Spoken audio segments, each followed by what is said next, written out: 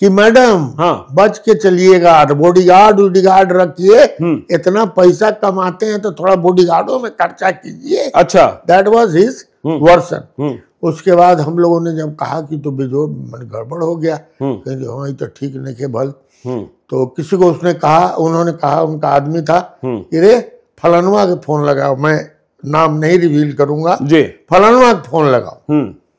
तुरंत उन्होंने फोन लगाया, क्या क्या बात हुई उधर से इधर से, फिर उन्होंने कहा चिंता मत करो, बदले के बाद ठीक बा, मिल गई। अच्छा, हाँ, गंगे किनारे बा। अच्छा, ये पता था, ये पता चल गया यहाँ तक उन्होंने। उसके बाद बात आई गई, अब तो उतना लंबा नहीं, लेकिन अचानक मुझे फोन आया और मंजू गीता मिश्रा जी को कि आप लोग आ जाइए हेडक्वार्टर में, पुलिस हेडक्वार्टर में, पुराने सचिवालय में सौरभ मिल गया है। अच्छा, हम लोग एक्साइटेड होके भागे हुए वहां गए, देखा कि बैठा हुआ पैंट कमीज पहने हुए वो सौरभ, और आर प्रसाद थे उस समय आईजी दरभंगा, बहुत एकदम बहादुरी का, ये देखिए डॉक्टर साहब आप लोग बच्चा को हम छुड़ा के ले आए हैं, साहब को बताइएगा आप लोग कि हम जो है सो बच्चा को छुड़ा के लाए हैं। तो साहब मीन्स आप अंडर, तो हेडक्वार्टर में डीजीपी साहब के पास बैठे हुए थे, वो डीआईजी था उस समय आशीष रंजन सिन्हा। अच्छा, आईजी साहब डीआईजी साहब के यहाँ बैठे? हाँ, वो दरभंगा आईजी थे और डीआईजी के चैम्बर में आए हुए थे, और वहीं पर ये कहानी हुई, तब सौरभ छूट गया। उसके बाद तो आपने मुख्यमंत्री को बताया?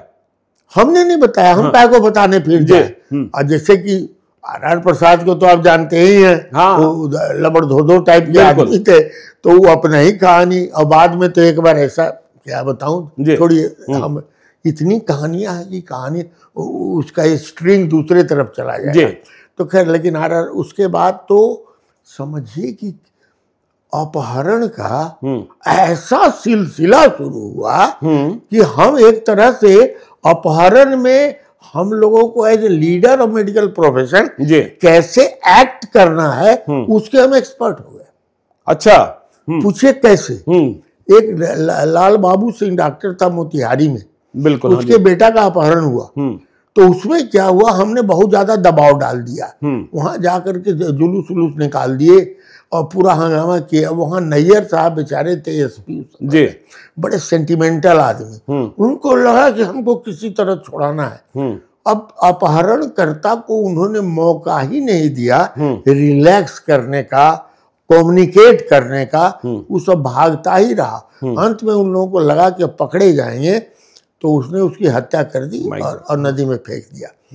तो उसके बाद हम लोगों ने भाई डिसाइड किया कि भाई अपहरण यदि हो जाए तो अकबकाना नहीं है, पहले अपहरण हो जाए, थोड़ा उन लोग को फ्रीडम दीजिए बतियाने का। हो सकता है जिसका अपहरण हुआ है डॉक्टर का, उसके रिलेटिव लोग उन लोगों को कांटेक्ट करे, उधर कांटेक्ट करे, हम लोग दबाव डाले, थोड़ा कम करे, दबाव डाले। तिलंगी काटने के पहले वैसे वैसे करते रहना चाहिए, तब ठीक से ये होगा। और ये फॉर्मूला बहुत काम किया। डॉक्टर रामचरित्र राम का किडनैपिंग हुआ, आरसी राम का, डॉक्टर अजय कुमार तब पटना में सिटी एसपी थे। हाँ, तो उनका किडनैपिंग हुआ, बुझिए इतना बड़ा ऑर्थोपेडिक सर्जन का, बवाल मच गया। लेकिन थोड़ा सा पेशेंस रखा गया, वो भी चले आए निकल के। भरत सिंह जी, डॉक्टर भरत सिंह, बेलिए रोड पर उसको किडनैप कर लिया सरस्वती पूजा के दिन। तब बेचारा भारत का किडनैपिंग हो गया। मुझे उसमें भी थोड़ा सा आगे पीछे किया गया कि हड़बड़ाना नहीं है, मैंने छूटेगा। अब उसमें पैसे का लेन देन, चूंकि ये लोग बड़े बड़े डॉक्टर थे, अब उसमें पैसे का भी लेन देन हुआ ही नहीं जानते, लेकिन पुलिस का भी दबाव रहा। उसी तरह से लगातार किडनैपिंग्स होती रही। बड़े बड़े डॉक्टरों की भी, पटना के रामसेवक सिंह की किडनैपिंग हुई, जो सुपरिटेंडेंट थे पीएमसीएच के। डॉक्टर पूर्णेंदु ओझा की बहुत, यही सुनील जो अभी मंत्री हैं, पटना के सीनियर एसपी थे, उस समय पूर्णेंदु ओझा की किडनैपिंग हुई, उसको बरबीघा तरफ सब ले गया था। उसको फिर हम लोग समझिए एक तरह से हड़ताल करे के एक्सपर्ट टाइप के हो गए थे। अच्छा, मैंने क्या करते, एक आध दिन के लिए हड़ताल। लालू जी से भी हर बात में अच्छा आ गई, अरे छूटी भाई, तो देखिए हड़ताल करे, अच्छा ठीक, वह हड़ताल करिए, मैंने तनी इमरजेंसी सबके देख लिया।